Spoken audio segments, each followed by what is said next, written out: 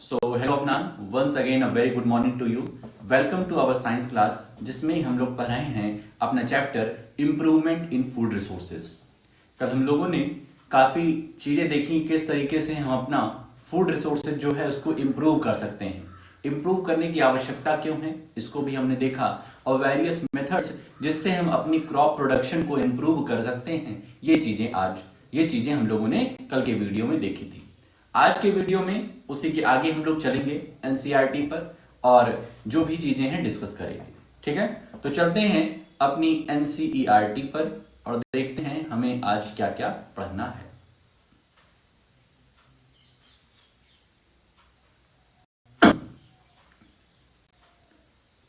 तो ये रहा अपना पीपीटी और पीपीटी में आज हमें क्रॉप वैरायटी इंप्रूवमेंट ये कंप्लीट हो चुका है कल। आज हम लोग को क्रॉप प्रोडक्शन मैनेजमेंट इसमें हम लोग इसको कवर करने की कोशिश रहेगी। ठीक है, तो चलते हैं अपनी एनसीईआरटी की तरफ।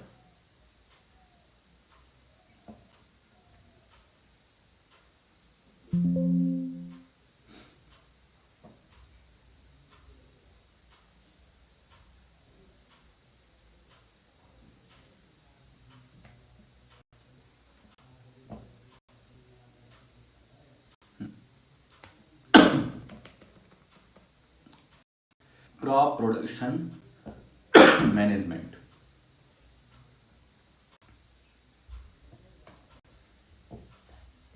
In India. ठीक है, लाइन बाय लाइन चलते हैं। कंसंट्रेट भाई साहब रहिए, इसके पहले कल हम लोगों ने यहां तक कवर कर लिया था। In India as in many other agriculture based countries farming ranges from small to very large farms. कह रहे हैं इंडिया में जो एग्रीकल्चर, इंडिया की तरह जितनी भी एग्रीकल्चरल बेस्ड कंट्रीज हैं, ठीक है, वहां पे जो फार्मिंग है वो क्या है, लार्ज फार्म भी हैं और बड़े छोटे बड़े सभी तरीके के वहां पे फार्मलैंड पाई जाती है। Different farmers thus have more or less land, money and access to information and technology। कह रहे हैं कि अलग अलग कुछ फार्मर्स, छोटे फार्मर्स हैं उनके पास छोटी लैंड है, कुछ बड़े फार्मर्स हैं, ठीक है, उनके पास काफी ज्यादा खेती है, तो कुछ के पास उनके पास पैसा है, टेक्नोलॉजी है, लैंड है और कुछ के पास ये चीजें नहीं है। In short, it is the money or financial condition that allow farmers to take up different farming practices and agricultural technology। तो कह रहे हैं मनी ही क्या कहते हैं, मनी ही क्या है, एक माध्यम है जिससे फार्मर्स क्या करते हैं, फार्मिंग प्रैक्टिसेस में नई नई टेक्नोलॉजी का इस्तेमाल कर पाते हैं। मनी होता है तो उनकी पैदावार अच्छी होती है नई टेक्नोलॉजी का इस्तेमाल करके, नहीं तो नहीं होती। There is a correlation between higher inputs and yields. कह रहे हैं कोरिलेशन है, एक रिलेशन है हायर इनपुट, मतलब जितना हम अपनी खेती में इनपुट्स डाल रहे हैं, जितना उसमें हम पैसा खर्च कर रहे हैं, उतनी ही ज्यादा यील्ड होगी, उतनी ही ज्यादा पैदावार होगी। Thus, the farmer's purchasing capacity for inputs decides cropping systems and production practices। तो ये फार्मर की परचेजिंग कैपेसिटी पे डिपेंड करता है कि वो कितना परचेज कर सकता है, वो जितना परचेज कर सकता है उतनी ही ज्यादा उसकी प्रोडक्शन होगा। ठीक है, Therefore, production practices can be at different levels. They include no cost production, low cost production and high cost production। कह रहे हैं कि तो हमारे जो प्रोडक्शन है उसके डिफरेंट लेवल्स डिसाइड हो सकते हैं इस मनी के कारण, परचेजिंग कैपेसिटी के कारण। वो पहला क्या है, नो कॉस्ट प्रोडक्शन, कि बिना किसी कॉस्ट लगाए हुए प्रोडक्शन हो रहा है, या लो कॉस्ट प्रोडक्शन की हमने कम पैसा, हमने कम टेक्नोलॉजी का इस्तेमाल किया है। And high cost production practices मतलब ऐसी खेती जिसमें हम काफी ज्यादा इनपुट्स डाले हुए हैं। ठीक है, तो no cost production, low cost production और हाई कॉस्ट प्रोडक्शन, इसमें हम क्या देख रहे हैं कि किस तरीके से हम लोग अपने क्रॉप के प्रोडक्शन को मैनेज कर रहे हैं। तो इसमें 3 तरीके की हमको प्रोडक्शन दिखी। नो कॉस्ट प्रोडक्शन जिसमें हमने एक भी रुपया नहीं लगाया, दूसरा है लो कॉस्ट जिसमें कुछ पैसे रुपए लगे और हाई कॉस्ट में ज्यादा पैसे लगे। इसके बाद आता है न्यूट्रिएंट मैनेजमेंट। किस तरीके से हम अपने खेतों की, हम अपने क्रॉप्स की न्यूट्रिएंट्स को मैनेज कर रहे हैं। Just as we need food for development, growth and wellbeing, plants also require nutrients for growth. कह रहे हैं जैसे हमको खाना पीना चाहिए होता है अपने आप को डेवलप कराने के लिए, अपने आप को ग्रो कराने के लिए, सारे वर्क्स को कर पाने की एनर्जी रहे हमारे अंदर, तो इसलिए हम लोग क्या करते हैं, भोजन करते हैं, न्यूट्रिएंट्स अपने अंदर रखते हैं, कंज्यूम करते हैं। उसी तरीके से प्लांट को भी न्यूट्रिएंट्स की आवश्यकता होती है ग्रोथ करने के लिए। Nutrients are supplied to plants by air, water and soil. Nutrients कहां कहां से प्लांट्स को मिलता है, तो वो है एयर, वाटर और सॉइल मीडियम है जिनके थ्रू प्लांट को न्यूट्रिएंट्स मिलते हैं भाई। There are several nutrients which are essential for plants. Air supplies carbon and oxygen.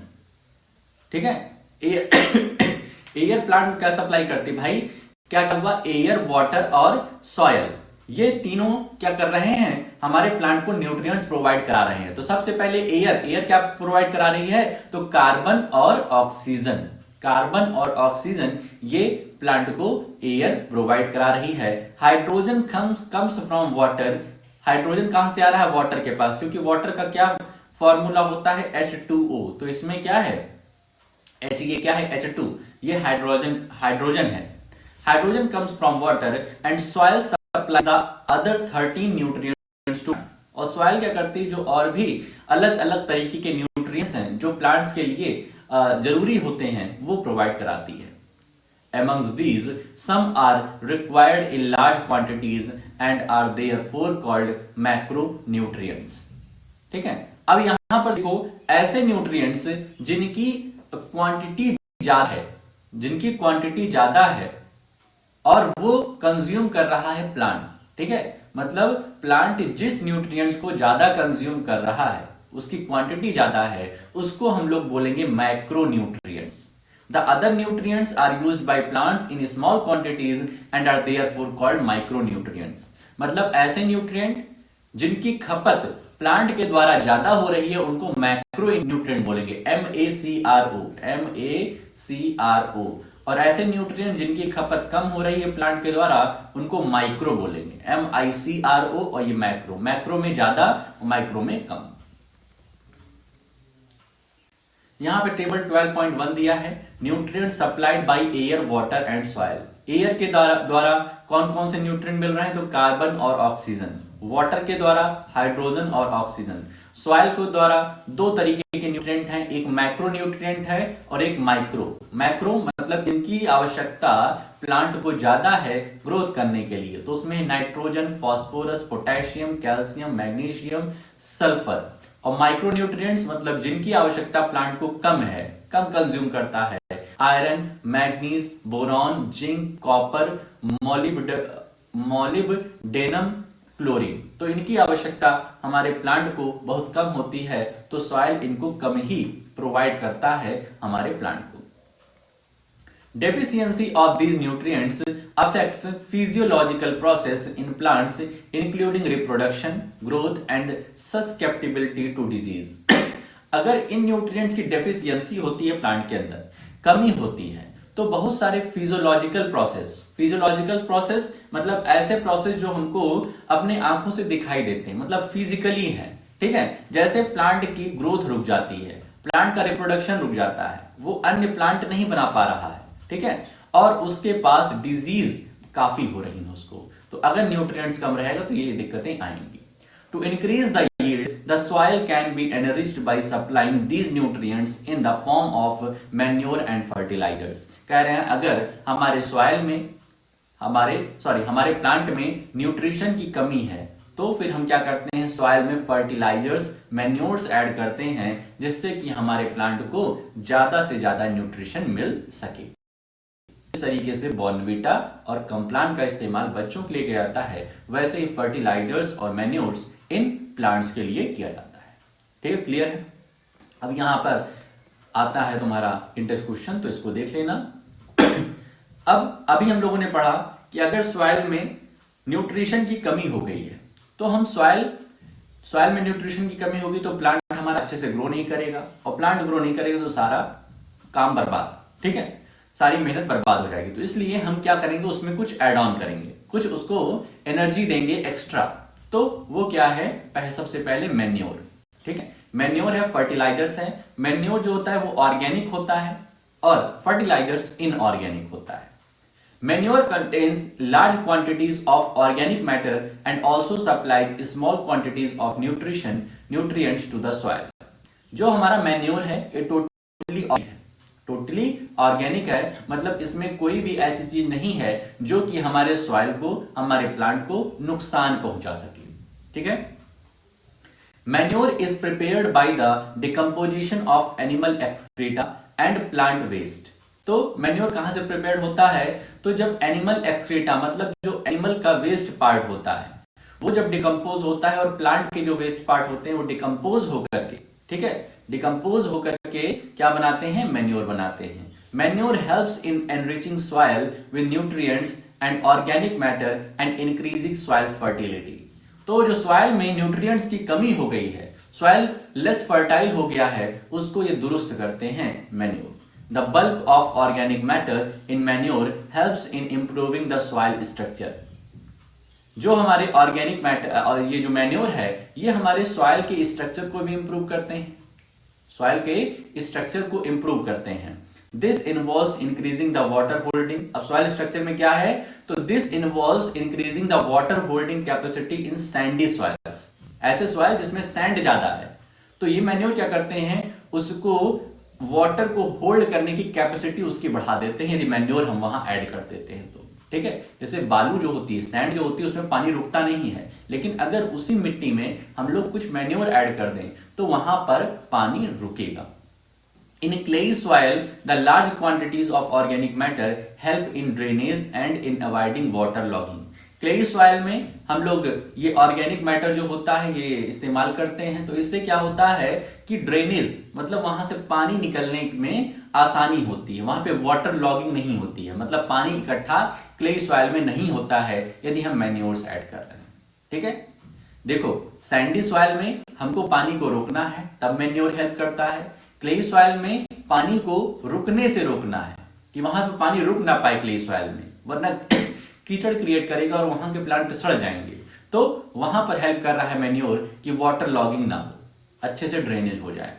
In using manure we use biological waste material which is advantageous in using manures we use biological waste material which is advantageous in protecting our environment from excessive use of fertilizers। तो यदि हम manure का इस्तेमाल करते हैं तो इससे fertilisers हमें यूज नहीं करना पड़ेगा। फर्टिलाइजर जो होता है, अभी इसके बाद पढ़ेंगे, वो एक इनऑर्गेनिक मैटर है, मतलब वो फैक्ट्रीज में तैयार होता है और उससे काफी ज्यादा पोल्यूशन भी क्रिएट होता है। तो यदि हम अब अपने इन्वायरमेंट को अच्छा बनाना चाह रहे हैं तो हमें मैन्योर का ज्यादा से ज्यादा इस्तेमाल करना चाहिए। Using biological waste material is also a way of recycling farm waste based on the kind of biological material used manure can be classified as. तो ये जो हमारा मैन्योर है इसमें हम कई तरीके का बायोलॉजिकल वेस्ट मटेरियल यूज करते हैं। जो जैसे बायोलॉजिकल वेस्ट मटेरियल क्या हो गया, जैसे हम सब्जी है, सब्जी को छील करके बनाते हैं तो उसके जो छिलके हैं उसको क्या कर दें एक पिट में, एक गड्ढे में हम डिकम्पोज कर दें, उसको डाल दें, तो कुछ दिन में क्या हो जाएगा, वो उसी में घुल मिल करके मैन्योर बना के तैयार कर देगा। इस तरीके से एनिमल वेस्ट है या एनिमल जो जिनकी डेथ हो जाती है, ठीक है, तो उससे भी मैन्योर तैयार होता है।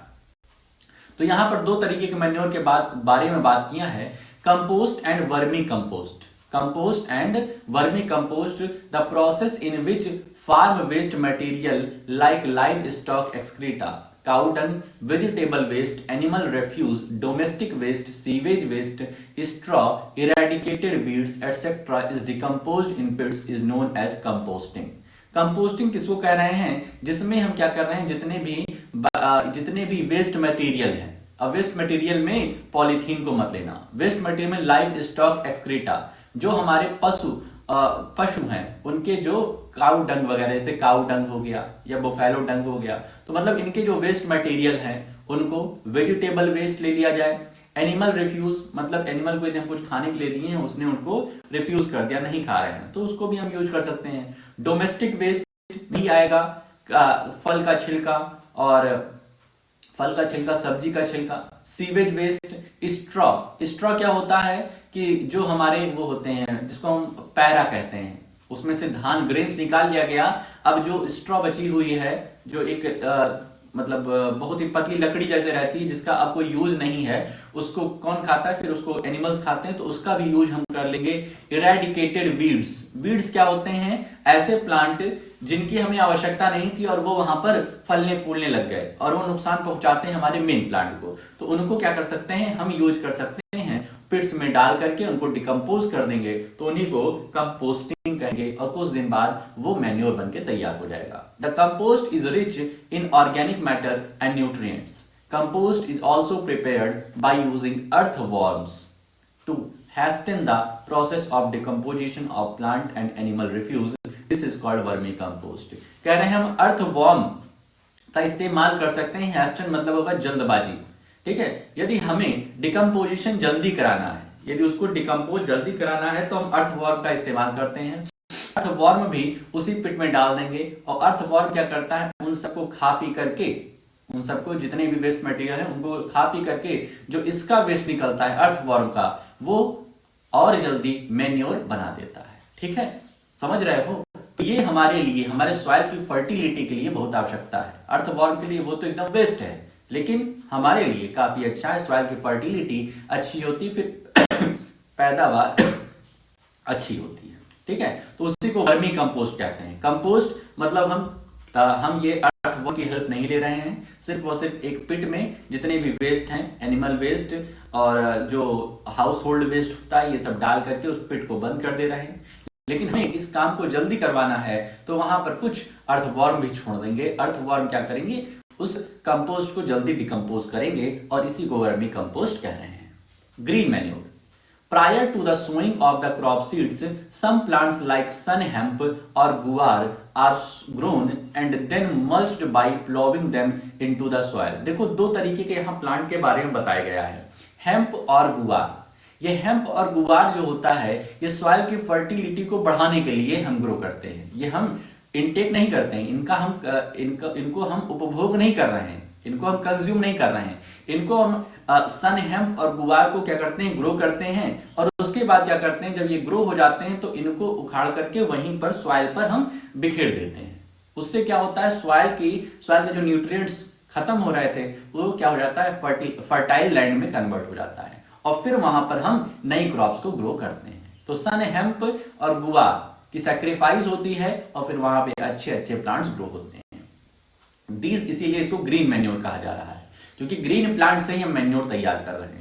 These green plants thus turn into green manure which helps in enriching the soil in nitrogen and phosphorus. और सॉइल में जो फॉस्फोरस और नाइट्रोजन की कमी होती है, वो पूरी हो जाती है ये सन हेम्प और गुआर के हेल्प से, ठीक है। तो ये था मैन्योर अपना। अब आता है फर्टिलाइजर्स। फर्टिलाइजर्स थोड़ा सा निगेटिव चीज है, ठीक है। ग्रोथ तो अच्छी देता है, लेकिन इसका हमें बहुत ही ध्यान रखना चाहिए कि कितने फर्टिलाइजर्स हम यूज कर रहे हैं, किस अमाउंट में यूज कर रहे हैं। कहीं उससे पोल्यूशन तो नहीं क्रिएट हो रहा है, कहीं उससे हमारी लैंड तो दिक्कत में नहीं आ रही है। तो इसका बड़ा ध्यान रखना होता है फर्टिलाइजर्स में। मैन्योर्स में उतना ध्यान नहीं रखना पड़ता, आप कितना भी एड ऑन कर देंगे मैन्योर, वो ज्यादा दिक्कत पैदा नहीं करता। लेकिन फर्टिलाइजर से ज्यादा हो जाता है, तब हमारा जो फूड उससे बन के तैयार होता है वो अच्छा नहीं होता है, ठीक। Fertilizers are commercially produced plant nutrients. Fertilizers supply nitrogen, phosphorus and potassium. तो फर्टिलाइजर जो है कॉमर्शियली प्रोड्यूस्ड है, मतलब पैसे कमाने के लिए ये प्रोड्यूस किए जाते हैं और ये फैक्ट्रीज में बनते हैं, ठीक है। कॉमर्शियली प्रोड्यूस किए जाते हैं। फर्टिलाइजर्स से हमें क्या क्या मिलता है हमारे सॉइल को? तो नाइट्रोजन, फॉस्फोरस और potassium. They are used to ensure good vegetative growth, leaves, branches and flowers, giving rise to healthy plants. Fertilizers are a factor in the higher yields of high cost farming. ठीक है, थोड़ा सा fertiliser high cost भी होता है, ये बड़े मतलब एक वाइड लैंड में यूज किया जाता है, ठीक है। और इसको यूज करने से क्या होता है? जितनी भी वेजिटेटिव ग्रोथ है, मतलब लीव्स है, फ्रूट है, ब्रांचेस हैं, ये सब क्या होती हैं, अच्छे से ग्रो फिर करती हैं यदि हम इस्तेमाल करते हैं फर्टिलाइजर्स का। लेकिन इसमें ध्यान भी देना पड़ता है। अभी देखो यहां पे लिखा है, fertiliser should be applied carefully in terms of proper dose, time and observing pre and post application precaution for their complete utilisation. Fertilisers ऐड करते समय हमें बहुत ही ज्यादा ध्यान रखना पड़ता है, प्रॉपर डोज देना होता है।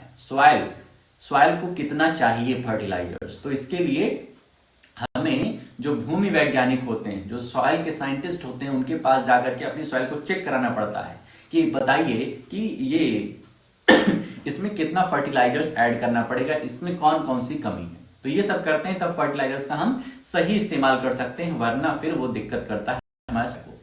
तो हमें ध्यान रखना चाहिए टाइम का और ऑब्जर्व करना चाहिए अपने सॉइल को प्री एंड पोस्ट एप्लीकेशन कि फर्टिलाइजर्स ऐड करने के पहले क्या उसकी सिचुएशन थी और बाद में क्या सिचुएशन है हमारे सॉइल की। For example, sometimes fertilisers get washed away due to excessive irrigation and are not fully absorbed by the plants. तो क्या हो रहा है, कभी कभी क्या होता है कि हमने फर्टिलाइजर्स ऐड कर दिया और उसके बाद जम करके इरिगेशन कर दिया, पानी डाल दिया, तो जितने भी हमारे फर्टिलाइजर्स थे जो महंगे महंगे हमने खरीदे थे वो बह करके बाहर चले जाते हैं और उससे क्या होता है, हमारा वाटर पोल्यूट होता है और पूरी तरीके से सॉइल उन फर्टिलाइजर्स को एब्जॉर्ब नहीं कर पाती है।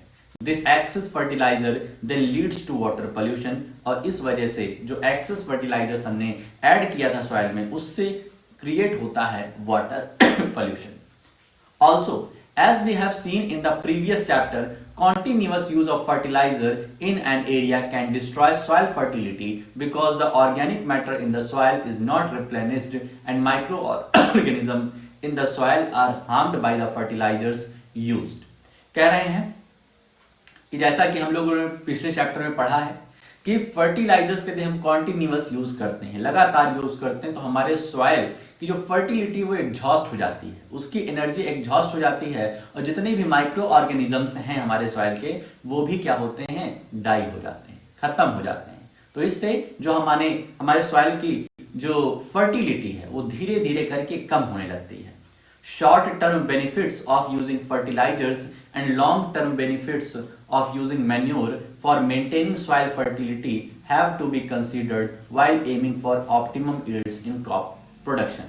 यदि हमें क्रॉप प्रोडक्शन अच्छे से करना है तो शॉर्ट टर्म में भले ही हम फर्टिलाइजर्स यूज कर लें, लेकिन लॉन्ग टर्म में हमें मैन्योर पर ही आश्रित होना पड़ेगा। लॉन्ग टर्म में फर्टिलाइजर्स यूज करेंगे तो हमारी लैंड ही खत्म हो जाएगी, लैंड की फर्टिलिटी ही खत्म हो जाएगी। इसलिए शॉर्ट टर्म में ठीक है फर्टिलाइजर्स आप यूज कर लीजिए, लेकिन लॉन्ग टर्म में बहुत ही ध्यान से अगर फर्टिलाइजर्स यूज कर रहे हैं तो बहुत ही ध्यान देना पड़ता है और उससे बढ़िया है आप मैन्योर का इस्तेमाल करिए। ठीक है, इंटरेस्ट क्वेश्चन इसको डील कर लेना। Organic farming is a farming system with minimal और no use of chemical as fertilizers, herbicides, pesticides, etc., and with a maximum input of organic manures, recycled farm waste, use of bioagents such as culture of blue-green algae in preparation of biofertilizers, neem leaves or turmeric specifically in grains storage as biopesticides with healthy cropping system, mixed cropping, intercropping, and crop rotation as discussed below in 12.1.2. These cropping system are beneficial in insect, pest and weed control beside providing nutrients। तो कह रहे हैं organic farming क्या है कि ऐसी farming जिसमें हम लेस फर्टिलाइजर्स या फिर बिल्कुल भी केमिकल फर्टिलाइजर्स यूज नहीं कर रहे हैं, तो उसको हम लोग ऑर्गेनिक फार्मिंग कहेंगे। ऑर्गेनिक फार्मिंग मतलब कि मैन्योर्स हम ऐड ऑन करेंगे अपने सॉइल में। ठीक है, इसमें बात किए हैं ब्लू ग्रीन एल्गी की। तो ब्लू ग्रीन एल्गी जो होता है ये हमारे सॉइल को बायो फर्टिलाइज कराता है कि हमारा फर्टिलिटी रेट काफी अच्छा होता है। नीम लीव है, टर्मरिक है, ये भी हमारे सॉइल को अच्छी तरीके से फर्टाइल कराती है। प्लस जो भी हम ग्रेन स्टोर करते हैं, यदि हमने ग्रेन स्टोर किया है किसी मतलब टंकी में, मान लीजिए हमने गेहूं या चावल रखा है और उसमें यदि हम नीम और हल्दी का इस्तेमाल करते हैं तो वहां पर कीड़े लगने की संभावना कम हो जाती है। ठीक है, क्योंकि एक प्रकार का ये एक प्रकार का ये वो होता है अपना एंटीबायोटिक होता है, ठीक है। तो यहाँ पर कीड़े मकोड़े नहीं आते हैं। और कह रहे हैं कि यदि हमें क्रॉपिंग और अच्छे से करनी तो mixed cropping, inter cropping, crop rotation का इस्तेमाल करना चाहिए, जो कि आगे के आर्टिकल में डिस्कस किया गया है, ठीक है। अब आता है टॉपिक इरिगेशन, और आज हम लोग इरिगेशन तक ही रखेंगे, उसके आगे फिर बढ़ेंगे। इरिगेशन क्या है कि हमें अब अपने फसल को सींचना है, फसल में पानी डालना है। भाई खाना तो खिला दिया हमने, इतने सारे केमिकल्स, इतने सारे न्यूट्रिएंट्स हो गए, अब पानी पिलाने की बारी है। Most agriculture in India is rain fade, that is the success of crops in most areas is dependent on timely monsoons and sufficient rainfall spread through most of the growing season. कह रहे हैं कि हमारे India में जो agriculture होता है वो ज्यादातर आश्रित है जो हमारी रेन होती है, ठीक है, उस पर ज्यादातर आश्रित है। तो मतलब कि जो मानसून का समय होता है जिसमें बारिश वगैरह होती है, उसी समय ज्यादातर क्रॉप्स ग्रो की जाती हैं, खरीफ क्रॉप्स, ठीक। Hence, poor monsoon cause crop failure, ensuring that the crops get water at the right stages during their growing season can increase the expected yields of any crop. तो कह रहे हैं यदि poor monsoon है, यदि monsoon अच्छा नहीं आया, बारिश अच्छी नहीं हुई, तो उस बार क्रॉप फेलियर होता है, उस बार फसल अच्छी तरीके से ग्रो नहीं कर पाती है। यदि क्रॉप्स को अच्छा पानी मिलेगा हर एक स्टेज पर, तो हमारे क्रॉप्स के ग्रो होने के चांसेस ज्यादा रहेंगे। यदि क्रॉप्स को पानी नहीं मिलेगा, यदि रेन नहीं होगी, तब दिक्कत बनेगी और क्रॉप्स हमारी फेल कर जाएगी, ग्रो नहीं करेगी। Therefore, many measures are used to bring more and more agricultural land under irrigation. तो सरकार के द्वारा ये प्रयास किया जा रहा है कि ज्यादा से ज्यादातर जो लैंड है, एग्रीकल्चरल लैंड है, वहां तक पानी पहुंचाया जाए जिससे फसल अच्छी हो सके, ठीक है। मोर टू नो पढ़ लेना और बताना कि क्या लिखा है इसमें। आगे आते हैं। India has a wide variety of water resources and a highly varied climate. India के पास वाटर रिसोर्सेज के बहुत सारे तरीके हैं, ठीक है। यहाँ पर पानी ही पानी, ठीक है। इंडिया बहुत ही अच्छी कंट्री, यहाँ पे आपको पानी भी मिल जाएगा, जमीन भी मिल जाएगा, अच्छी हवाएं भी मिल जाएंगी, ठीक है, सब कुछ अच्छा है। Under such condition, several different kind of irrigation system are adopted to supply water to agricultural lands depending on the kinds of water resources available. तो हमारे यहाँ इंडिया में एग्रीकल्चर को इरिगेट करने के लिए काफी सारे मीन्स हैं, काफी सारे मेजर्स हैं, ठीक है। These include well, canal, river and tank. और ये कौन कौन से हैं? तो ये हमारे हैं वेल्स, कैनाल्स और रिवर एंड टैंक्स हैं, ठीक है। तो एक एक करके यहाँ पर डिफाइन किया गया है। सबसे पहला Wales.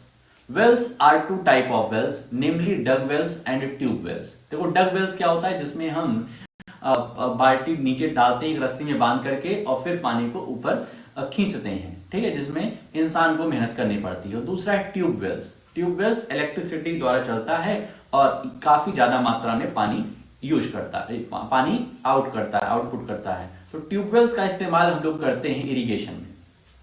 In a dug well, water is collected from water-bearing strata. Tube wells can tap water from the deeper strata. From these wells, water is lifted by pumps for irrigation. कह रहे हैं जो हमारे डग वेल्स हैं, इसमें बहुत नीचे से हम लोग पानी नहीं खींच सकते हैं, ठीक है। लेकिन जो ट्यूब वेल्स होता है जिसमें इलेक्ट्रिसिटी की एनर्जी लगती है, इलेक्ट्रिकल एनर्जी लगती है, इसमें बहुत नीचे के स्ट्रेटा से, बहुत नीचे के सरफेस से पानी खींच करके ऊपर लाया जाता है। तो ट्यूब वेल्स का इस्तेमाल हम करते हैं इरिगेशन में।